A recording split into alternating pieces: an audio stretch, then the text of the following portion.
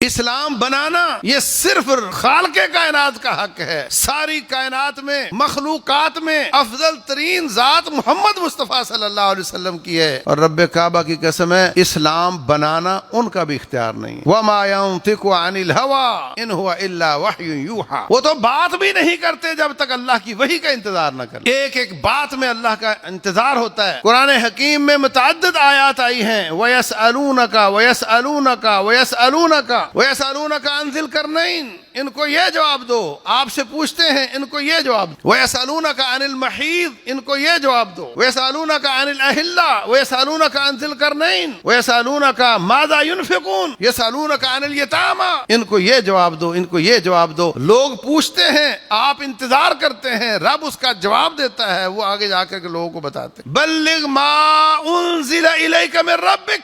جو تیری طرف رب کی طرف سے نازل کیا گیا ہے اس کو آگے پہنچا، یہ تیرا کام ہے. حق صرف رب ذوالجلال کا ہے، وہ دین پیش کر سکتا ہے. اس دین پر رسول اللہ صلی اللہ علیہ وسلم نے قربانیاں دی ہیں. اپنی ذات پر دین کو قربان نہیں کیا، بلکہ کائنات کی مہنگی ترین ذات نے اپنا خون اس دین پر بہایا ہے. فرمایا وَقَاتِلُوهُمْ حَتَّى لَا تَكُونَ فِتْنَةٌ وَيَكُونَ الدِّينُ كُلُّهُ لِلَّهِ. اس وقت تک لڑائی کرتے رہو جب تک کہ فتنہ ختم نہ ہو جائے اور دین سارے کا سارا اللہ کا نہ ہو جائے. فرمایا امرت ان اقاتل الناس حتى يقولوا لا الہ الا اللہ. مجھے حکم دیا گیا ہے کہ میں لڑائی کروں یہاں تک کہ سب کے سب لوگ لا الہ الا اللہ پڑھنے لگ جائیں. رسول اللہ صلی اللہ علیہ وسلم کے دنیا سے جانے کے بعد ابو بکر صدیق رضی اللہ عنہ بھائی عمر کو کہنے لگے چلو، غالباً ام سلیم تھیں یا ام حرام تھیں، ان کے گھر چلتے ہیں. نبی صلی اللہ علیہ وسلم جایا کرتے تھے. وہ کہے گی کہ ان کے بعد اب کوئی آیا ہی نہیں. گئے، بی بی ان کو دیکھ کر رونے لگ گئی. پہلے کون آتا تھا اور آج کون آ رہا؟ رونے لگ گئی. یہ بھی دونوں رونے لگ گئے. پھر تھوڑا سنبھلے تو کہتے ہیں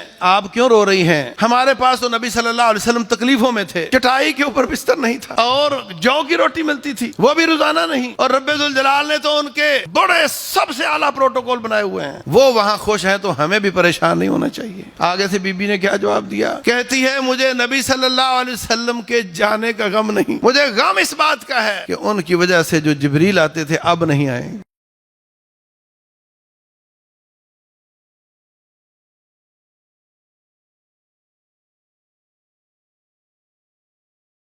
اعوذ باللہ السمیع العلیم من الشیطان الرجیم. لقد كان لكم في رسول الله أسوة حسنة لمن كان يرجو الله واليوم الآخر وذكر الله كثيرا. اللہ تبارک و تعالی فرماتے ہیں تمہارے لیے میرے نبی محمد صلی اللہ علیہ وسلم کی زندگی بہترین نمونہ ہے. جو اللہ تبارک و تعالیٰ کو خوش کرنا چاہتا ہے اور اللہ تعالیٰ کو بہت زیادہ یاد کرتا ہے. خالق اور مخلوق میں جو واسطہ ہے، رابطہ ہے، وہ محمد صلی اللہ علیہ وسلم ہیں. اس میں کوئی شک نہیں کہ سب کو رب کے سامنے پیش ہونا ہے. لقد احصاهم وعدهم عدا وكلهم آتيه يوم القيامة فردا. اللہ نے ان کو گن گن کے رکھا ہوا ہے اور سب اکیلے اکیلے رب کے سامنے پیش ہوں گے.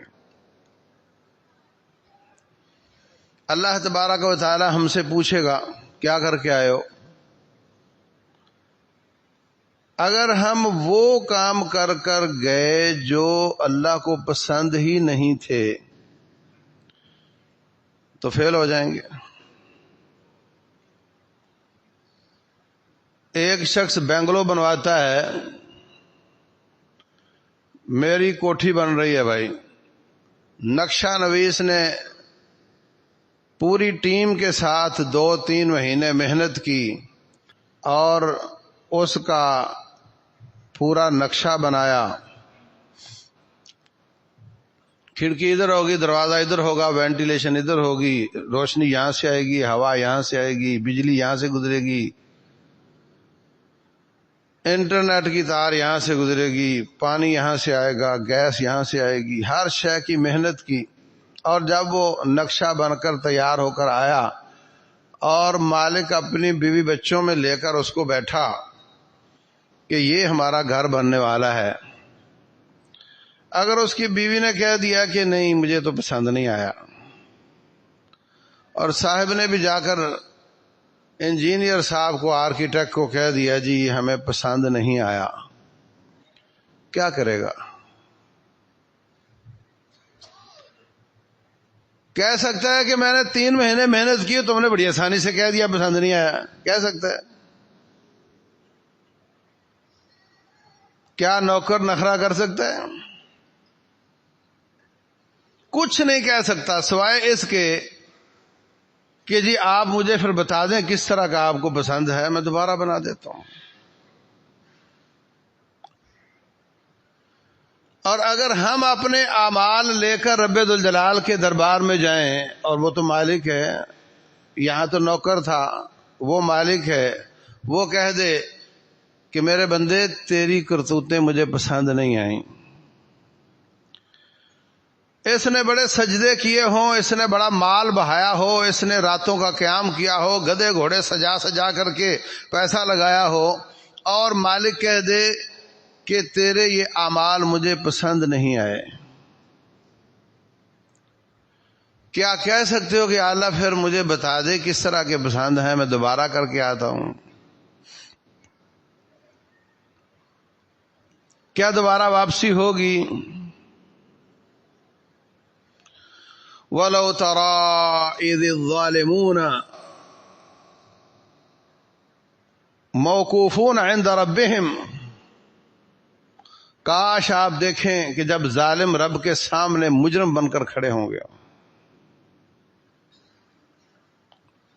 دوسرے مقام پر فرمایا ناکسوا رؤوسہم عند ربہم، سر جھکا کر کھڑے ہوں گے۔ اللہ اکبر! ہفتہ چھٹی کر کے بچہ آیا ہو، طالب علم اور استاد ڈانٹے، پھر کس طرح کھڑا ہوتا ہے؟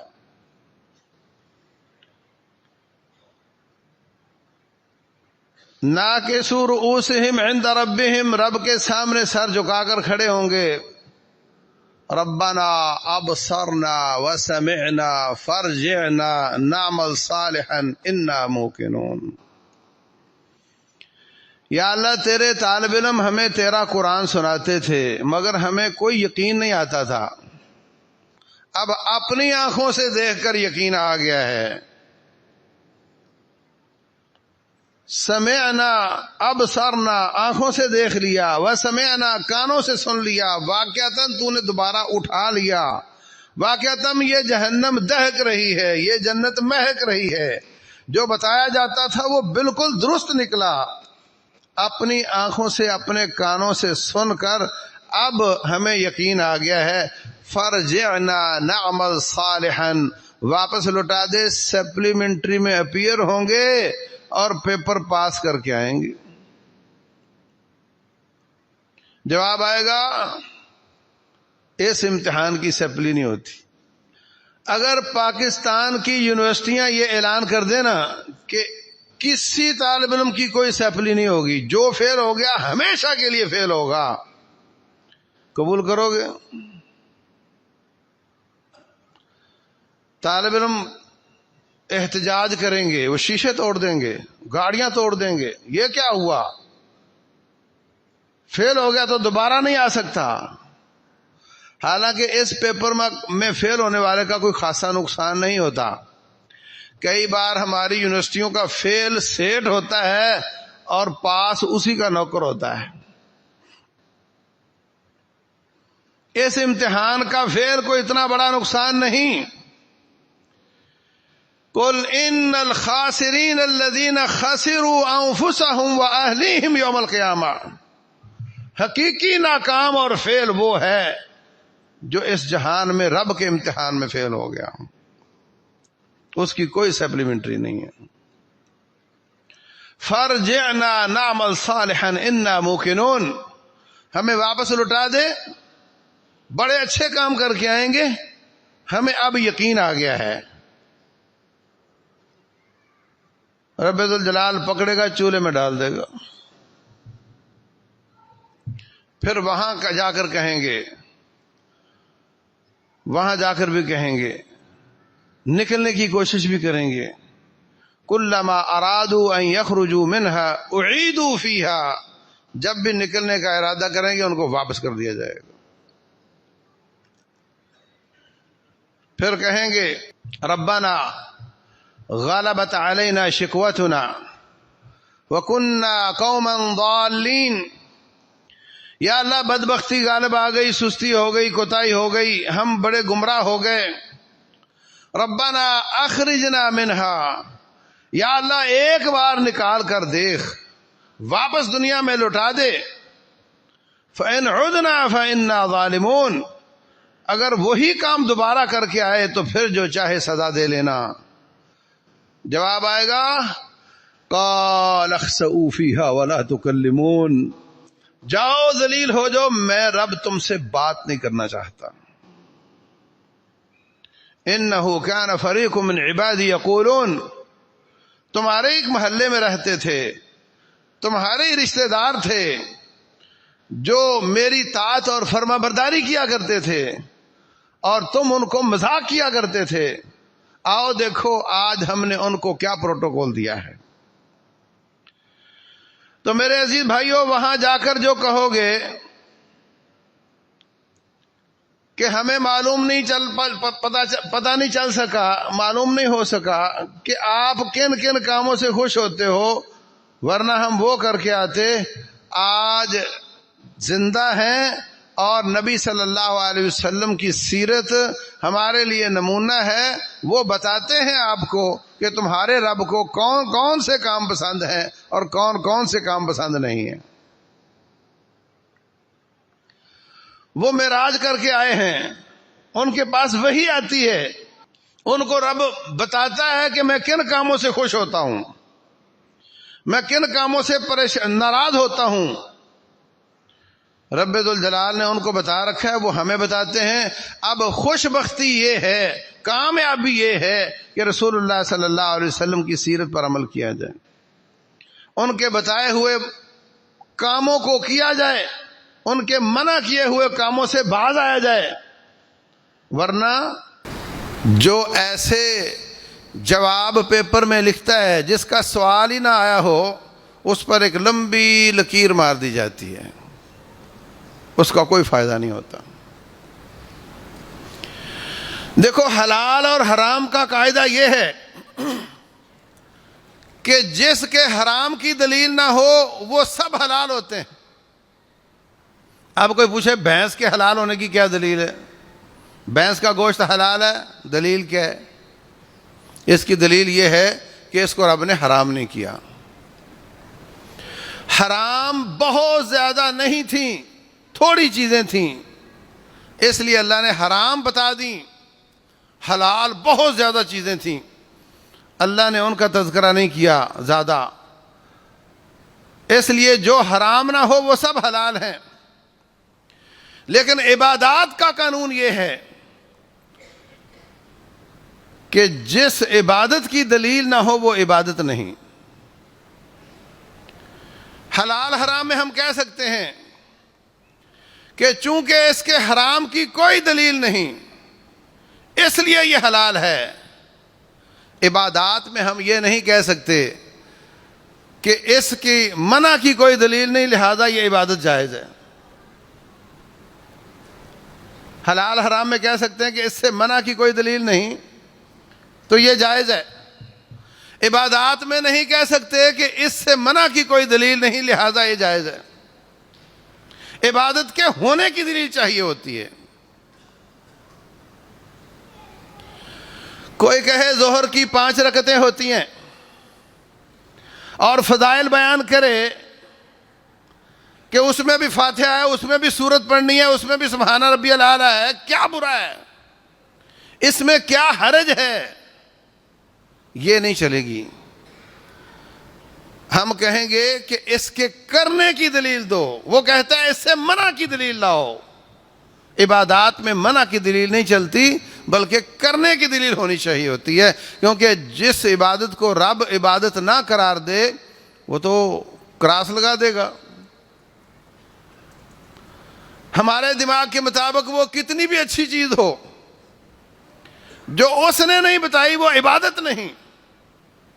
قل هو اللہ احد، فاتحہ سارے قرآن سے افضل ترین سورت ہے۔ قل هو اللہ احد 10 پاروں کے برابر سورت ہے،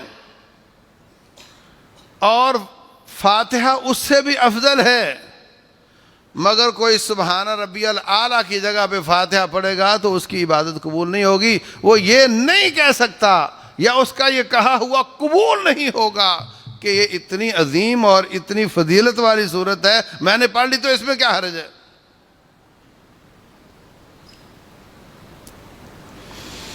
اللہ تعالی ہم سب کو حج کرنے کی توفیق دے۔ وہاں جاؤ تو جمرات کو کینکری ماری جاتی ہے، اتنی سی، یہ انگلی کے پورے جتنی، آدھے پورے جتنی، جو اتنی کینکری مارے گا وہ نبی صلی اللہ علیہ وسلم کی فرما برداری کرے گا، اور جو ان کی فرما برداری کرے گا شیطان پریشان ہوگا۔ اور اگر کوئی بڑا پتھر مارے گا 5 کلو کا، وہ نبی صلی اللہ علیہ وسلم کی نافرمانی کرے گا، اور اس پہ شیطان خوش ہوگا۔ اس کو پتھر لگ رہا ہوگا مگر اس پہ خوش ہو رہا ہوگا کہ تو نے میری بات مانی ہے، اپنے نبی کی نہیں مانی ہے۔ عقل کہتی ہے کہ اگر ایک شٹانک پتھر سے تکلیف ہوتی ہے تو 10 کلو سے زیادہ ہونی چاہیے۔ اگر 4 رکعتیں پڑھنے سے اجر ملتا ہے تو 5 سے زیادہ اجر ملنا چاہیے، لیکن شرع یہ کہتی ہے کہ نہیں، عبادت وہ ہے جو اللہ نے اپنے حبیب کو بتائی ہو اور انہوں نے آگے اپنی امت کو بتائی ہو۔ اس لیے ہم سے تو وہ عبادات ہی نہیں پوری ہوتی جو اللہ اس کے رسول نے بتائی ہوئی ہیں، اس میں ہمیں سستی ہو جاتی ہے، تو ہم وہ عبادات کیوں کریں جو انہوں نے بتائی نہیں ہے۔ ایک آدمی 10 کلو نہیں اٹھا سکتا، وہ 12 شروع کر دے اٹھانا، 20 کلو اٹھانا شروع کر دے۔ دماغ ٹھیک ہے تیرا کہ 10 کلو تیرے سے اٹھایا نہیں جا رہا؟ اور رب ذوالجلال نے جو بوجھ ڈالا ہے وہ ہماری طاقت کو دیکھ کر ڈالا ہے، اور جو لوگوں نے دین بنا کر کے بوجھ ڈالا ہے وہ کمر توڑ دینے والا بوجھ ہے۔ جب وہ بوجھ بدعات کا بوجھ امتی پر آتا ہے تو پھر وہ مولویوں کے بتائی ہوئی عبادات کو پکڑ لیتا ہے اور اللہ اس کے رسول کی بتائی ہوئی عبادات کو چھوڑ دیتا ہے۔ بدعت کی نحوست سب سے پہلی یہ ہوتی ہے کہ وہ سنت کی قاتل ہوتی۔ یہ دیوار بنی ہوئی ہے، مکمل ہے، اگر میں کہوں ایک اینٹ میری اس دیوار میں لگاؤ تو پہلے ایک اینٹ نکالنی پڑے گی، پھر میری اینٹ لگے گی۔ اسلام مکمل ہے، اس میں جب پچر لگانی ہوگی تو پھر سنت کی اینٹ کو نکالنا پڑے گا، تب تیری بدعت کی وہاں جائے گی۔ اب آپ دیکھ لو، نماز، فرض نماز کی جماعت کے بعد رسول اللہ صلی اللہ علیہ وسلم نے فرمایا اللہم انت السلام و منک السلام 3 دفعہ، استغفر اللہ، رب اعنی علی ذکرک و شکرک، سبحان اللہ الحمدللہ 33 دفعہ، اللہ اکبر 33 دفعہ، لا الہ الا اللہ وحدہ لا شریک 1 دفعہ، یہ پڑھنا چاہیے۔ ہمارے ہاں 99% مساجد میں کیا چل رہا ہوتا ہے؟ نماز ختم ہوتے ہی ہاتھ کھڑے کر لیے، آمین آمین، کچھ نہیں پتا مولوی صاحب کیا مانگ رہا ہے، اور ہاتھ پھیرنے کے بعد چھٹی۔ جو یہ کر رہا ہے اس نے یہ تصور دیا ہے کہ نماز کے بعد جب تک دعا نہ ہو تم جا نہیں سکتے۔ سلام پھیرنے سے چھٹی نہیں ملی، دعا پھیرنے سے چھٹی ملے گی۔ جس نے یہ تصور دیا ہے اس نے ان تمام نبوی سنتوں کو قتل کر دیا ہے جو رسول اللہ صلی اللہ علیہ وسلم نے بیان کی تھی. اب وہ نہیں ہوتی ہیں، اب یہ ہوتی ہے. اور اگر کوئی رسول اللہ صلی اللہ علیہ وسلم کے بتائے ہوئے اذکار نماز کے بعد کرے اور ان کے ساتھ دعا میں شامل نہ ہو، اس کو عیب لگایا جاتا ہے، اس کو برا سمجھا جاتا ہے. تو جو چیز اللہ اس کے رسول نے نہیں بیان کی، پاک و ہند کے علاوہ پوری دنیا میں کہیں ایسا نہیں ہوتا، وہ بن گئی عبادت اور اس کی جگہ پہ سنت کی اینٹ نکال کر کے پھینک دی گئی. اسی پہ قیاس کر لو تمام بدعات کا کہ جو شخص اسلام میں اضافہ کرے گا وہ سنت کی اینٹ کو نکال کر اس کو پھینکنا پڑے گا. ایک اضافہ کرے گا تو ایک اینٹ کو نکالنا پڑے گا، 10 کرے گا تو 10 کو نکالنا پڑے گا. اور یاد رکھو، اسلام بنانا یہ صرف رب ذوالجلال کا حق ہے اور کسی کا حق نہیں ہے. اسلام بنانا یہ صرف خالق کائنات کا حق ہے. ساری کائنات میں، مخلوقات میں افضل ترین ذات محمد مصطفیٰ صلی اللہ علیہ وسلم کی ہے. اور رب کعبہ کی قسم ہے، اسلام بنانا ان کا بھی اختیار نہیں ہے. وَمَا يَنطِقُ عَنِ الْهَوَىٰ إِنْ هُوَ إِلَّا وَحْيٌ يُوحَىٰ. وہ تو بات بھی نہیں کرتے جب تک اللہ کی وحی کا انتظار نہ کر لیں. ایک ایک بات میں اللہ کا انتظار ہوتا ہے.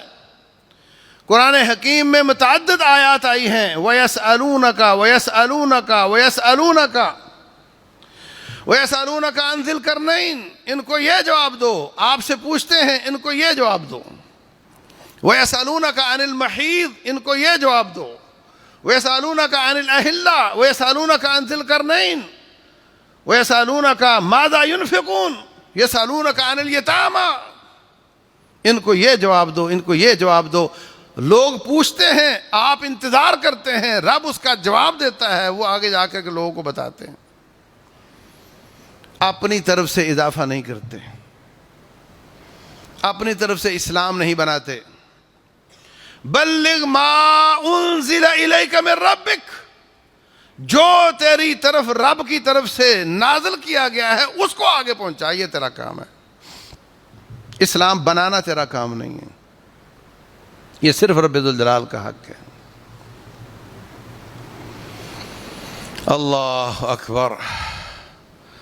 وَلَوْ تَقَوَّلَ عَلَيْنَا بَعْضَ الْأَقَاوِيلِ. اگر رسول اللہ صلی اللہ علیہ وسلم کچھ ایسا بیان کر دیے ہوتے جو ہم نے نہ فرمایا ہو، لَأَخَذْنَا مِنْهُ بِالْيَمِينِ ثُمَّ لَقَطَعْنَا مِنْهُ الْوَتِينَ فَمَا مِنْكُمْ مِنْ أَحَدٍ عَنْهُ حَاجِزِينَ. ہم سیدھے ہاتھ سے پکڑ کر کے گلا کاٹ دیے ہوتے اور تم سب مل کر اپنے نبی کو ہم سے چھڑوا نہیں سکتے تھے. یہ دلیل ہے کہ نبی صلی اللہ علیہ وسلم نے اسلام میں کوئی اضافہ نہیں کیا، کیونکہ اللہ فرماتے ہیں اگر کرتے تو ہم یہ کرتے. رب نے ایسا نہیں کیا تو ثابت ہوا آپ نے اسلام میں کوئی اضافہ نہیں کیا. آسان سا سوال ہے، اللہ کو کون سی زمین کے ٹکڑے پسند ہیں اور کون سے ناپسند ہیں؟ آپ کسی بندے سے پوچھ لو، وہ خود ہی جواب دینے لگ جائے گا. یا پھول لگے ہوں، خوشبو لگی ہو، وہ پسندیدہ جگہ ہیں. ندی بہہ رہی ہو، پہاڑ ہو، منظر بڑا اچھا ہو، اور جہاں کچرا وچرا ہو وہ ناپسند ہیں. لیکن سوال یہ نہیں آیا کہ تجھے کیا پسند ہے، سوال یہ ہے کہ اللہ کو کیا پسند ہے. اس کا جواب رب بھی دے سکتا ہے. آسان سوال تھا، آپ نے انتظار فرمایا، جبریل امین تشریف لائے اور کہا احب البلاد الی اللہ مساجدها. اللہ کے نزدیک پسندیدہ جگہ اللہ کے گھر ہیں، مساجد ہیں. وَأَبْغَضُ الْبِلَادِ إِلَى اللَّهِ أَسْوَاقُهَا.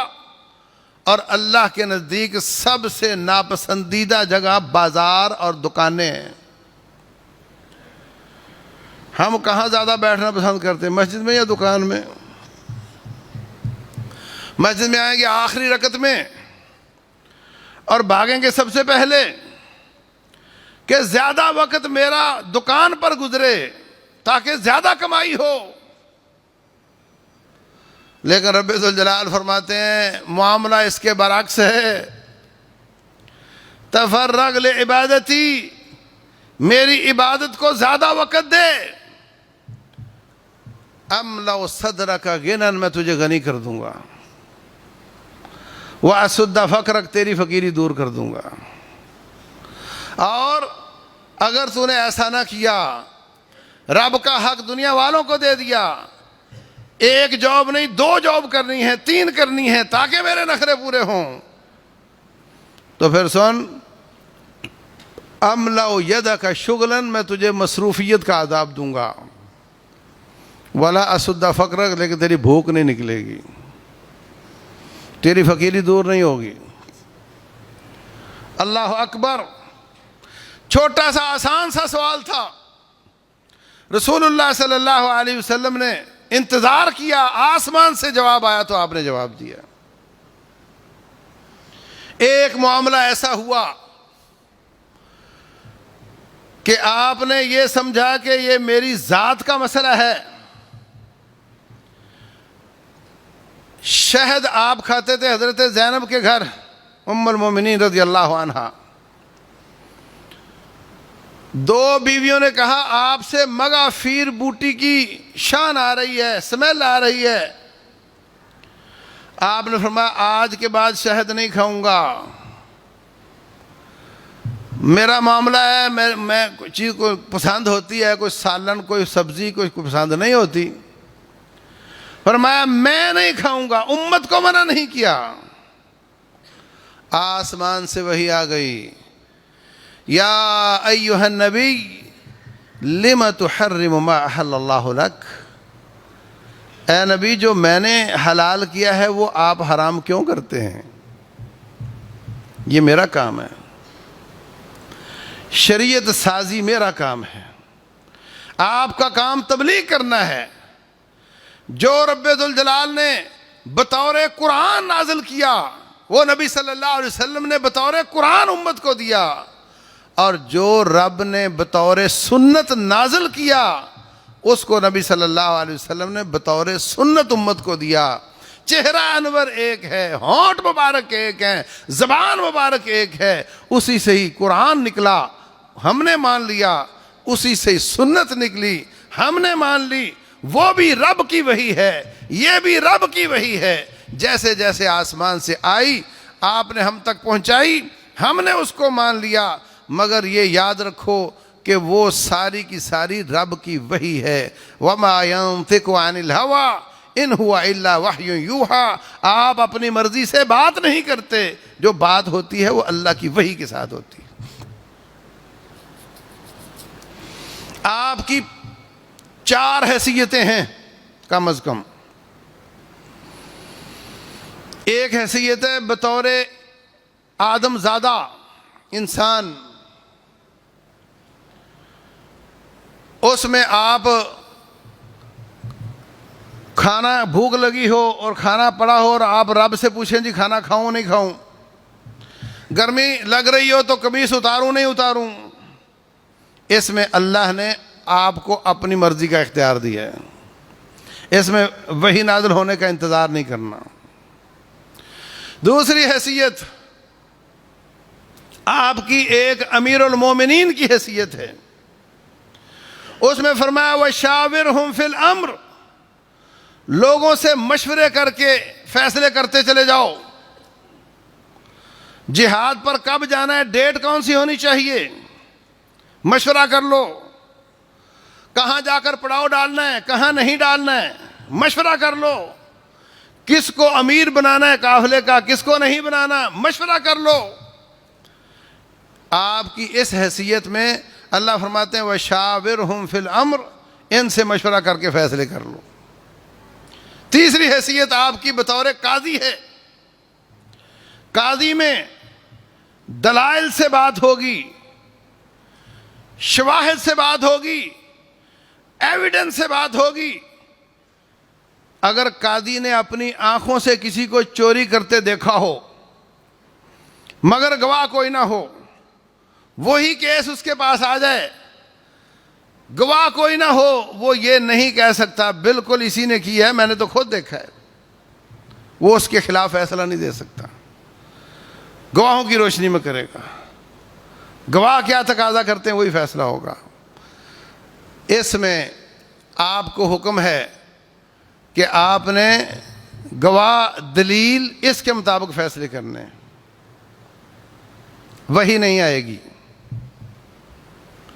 وہی نہیں آئے گی. بخاری شریف کی حدیث ہے, بخاری شریف کی حدیث ہے, رسول اللہ صلی اللہ علیہ وسلم فرماتے ہیں تم میرے پاس کیس لے کر آتے ہو,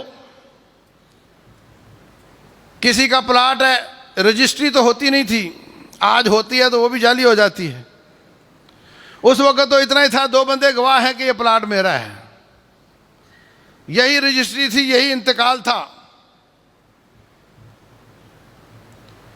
کوئی شخص پلاٹ کا جھگڑا لے کے آ گیا, وہ کہتا ہے یہ میرا ہے, یہ کہتا ہے یہ میرا ہے.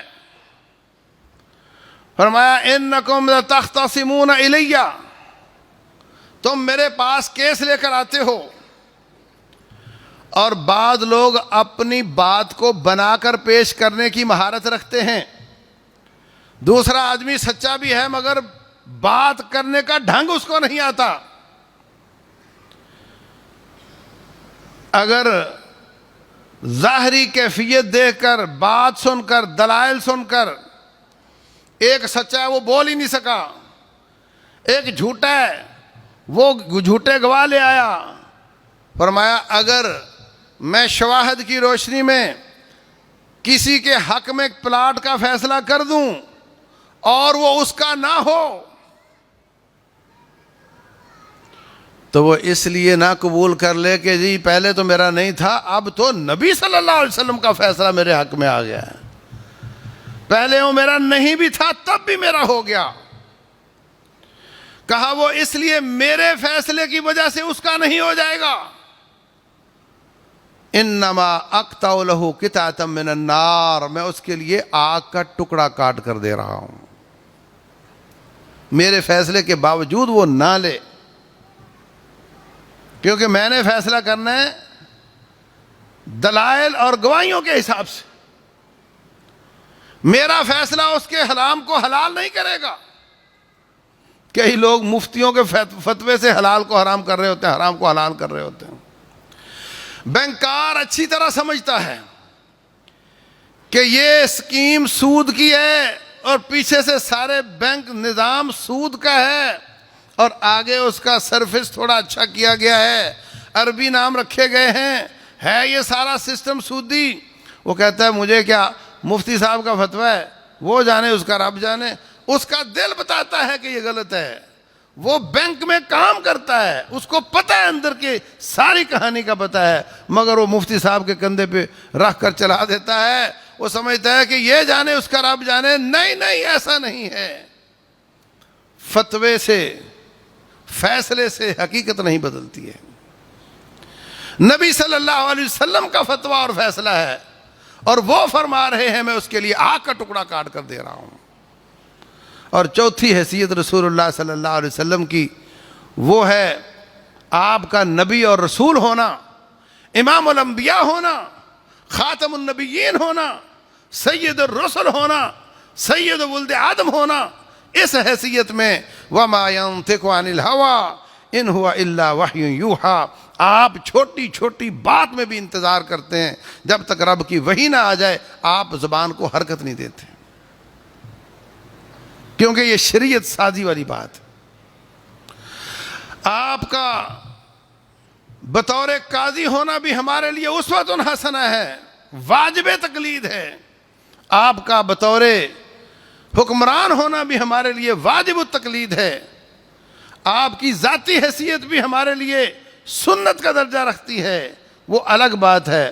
مگر آپ کو اللہ نے جو وحی کے انتظار کا حکم دیا ہے وہ نبی اور رسول کی حیثیت سے دیا ہے,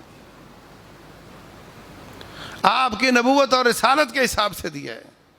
اس میں آپ آسمان سے آنے والے دین کو آگے پہنچاتے ہیں. کتنا پیٹنٹ دین ہے، کس قدر سخت احکامات ہیں. حق صرف رب ذوالجلال کا ہے، وہ دین پیش کر سکتا ہے. اس دین پر رسول اللہ صلی اللہ علیہ وسلم نے قربانیاں دی ہیں.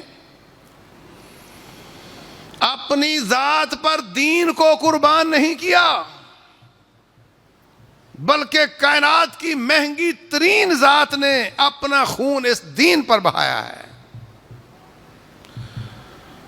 فرمایا وَقَاتِلُوهُمْ حَتَّى لَا تَكُونَ فِتْنَةٌ وَيَكُونَ الدِّينُ كُلُّهُ لِلَّهِ. اس وقت تک لڑائی کرتے رہو جب تک کہ فتنہ ختم نہ ہو جائے اور دین سارے کا سارا اللہ کا نہ ہو جائے. فرمایا امرت ان اقاتل الناس حتی یقولوا لا الہ الا اللہ. مجھے حکم دیا گیا ہے کہ میں لڑائی کروں یہاں تک کہ سب کے سب لوگ لا الہ الا اللہ پڑھنے لگ جائیں. تو میرے عزیز بھائیوں، سامعین اور سامعات، یہ دین اس قدر محفوظ ہے اور سندوں کے ساتھ ہم تک پہنچا ہے اور سندوں کی شان پھٹک کی جاتی ہے، کھوٹا کھرا الگ کیا جاتا ہے. اب جس کو رب نے محفوظ کیا، انا نحن نزلنا الذکر وانا لہ لحافظون، یہاں قرآن کا ذکر نہیں ہے بلکہ سنت بھی ذکر ہے، نصیحت ہے. قرآن بھی ذکر ہے، نصیحت ہے. ان دونوں کی حفاظت رب ذوالجلال نے کی ہے. دونوں کا مصدر نبی صلی اللہ علیہ وسلم ہے اور دونوں کی رب نے حفاظت کی ہے. اب ہم اس کو چھوڑ کر کے اوروں کی مانتے ہوئے اپنا دین بنا لیں تو پھر قیامت والے دن ناکامی کا منہ دیکھنا پڑے گا. اور یہ جملہ بہت زہریلا ہے عبادات اور عقائد کے حساب سے کہ جی اس میں کیا حرج ہے، اس میں کیا حرج ہے. اس میں سب سے بڑا حرج یہ ہے کہ نبی صلی اللہ علیہ وسلم نے اس پر اپنی مہر نہیں لگائی ہے. رسول اللہ صلی اللہ علیہ وسلم کسی کو دعا سکھا رہے تھے، سوتے وقت کی دعا. تو اس کے آخر میں ہے آمنتو بکتاب اللہ آمنتو بنبیک الذی ارسلتا، اور اس پڑھنے والے نے کہہ دیا آمنتو برسولک الذی ارسلتا. آپ نے فرمایا نہیں، آمنتو بنبیک الذی ارسلتا. اس کو تصحیح کروائی، اس کی اصلاح کی کہ میں نے جو لفظ نبی کا بول رہا ہے تم رسول کا کیوں بول رہے ہو.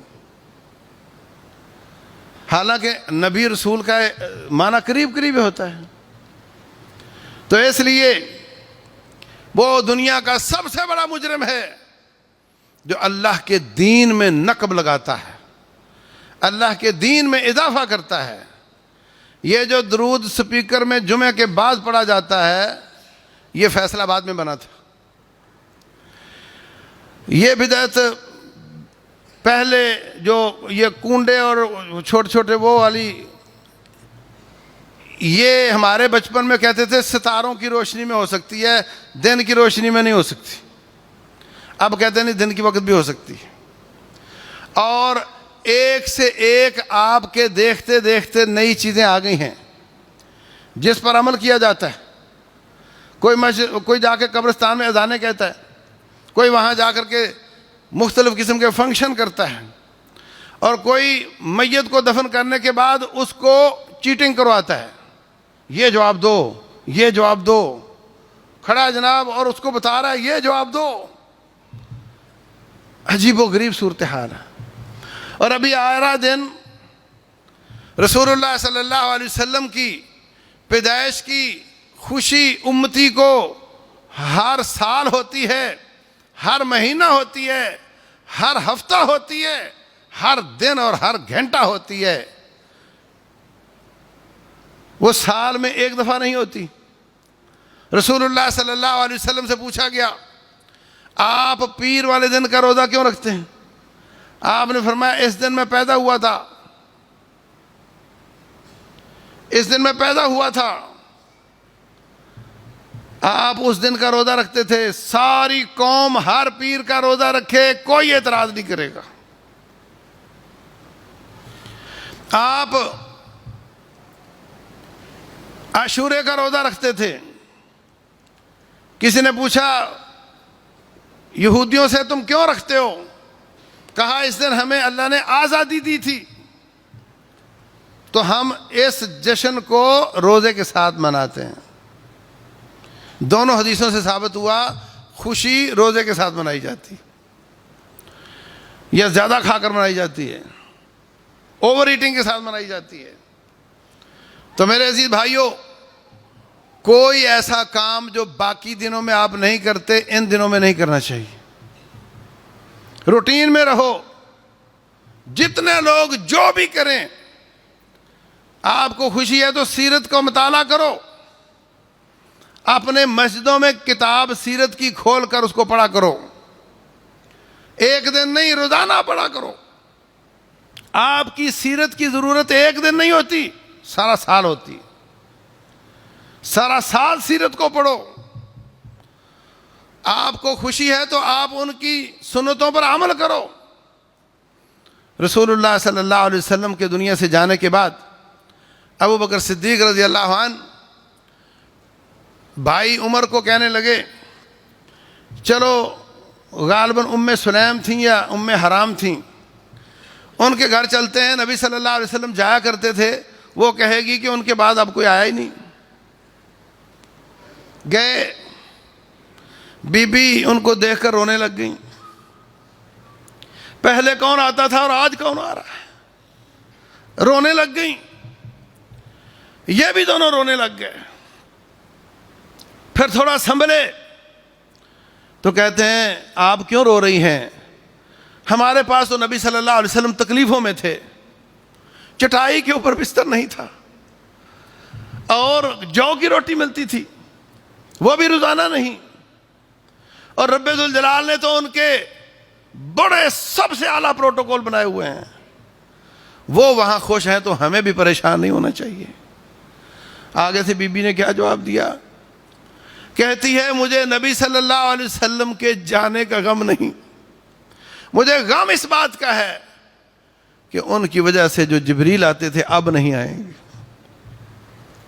اب اسلام نہیں نازل ہوگا، خالق اور مخلوق کا جو تعلق وحی کا تھا وہ ختم ہو گیا ہے۔ ان لوگوں کو خوشی بھی وحی کی تھی، غم بھی وحی کے ختم ہونے کا تھا، اور وحی کیا ہے؟ وہ کتاب و سنت ہے، اس کو سمجھو، اس کو پڑھو، اس پر عمل کرو، یہ خوشی ہے رسول اللہ صلی اللہ علیہ وسلم کے آنے کی۔ اور ان کے خلاف بدعات بناؤ، گدھے گھوڑے سے جاؤ اور اپنا دین بنا کر کے عمل کرو، یہ کوئی خوشی نہیں، یہ خوش فہمی ہے، یہ خوشی نہیں ہے۔ اللہ تبارک و تعالی سمجھنے اور عمل کرنے کی توفیق عطا فرمائے۔ واللہ اعلم، وصلی اللہ وسلم وبارک علی نبینا محمد۔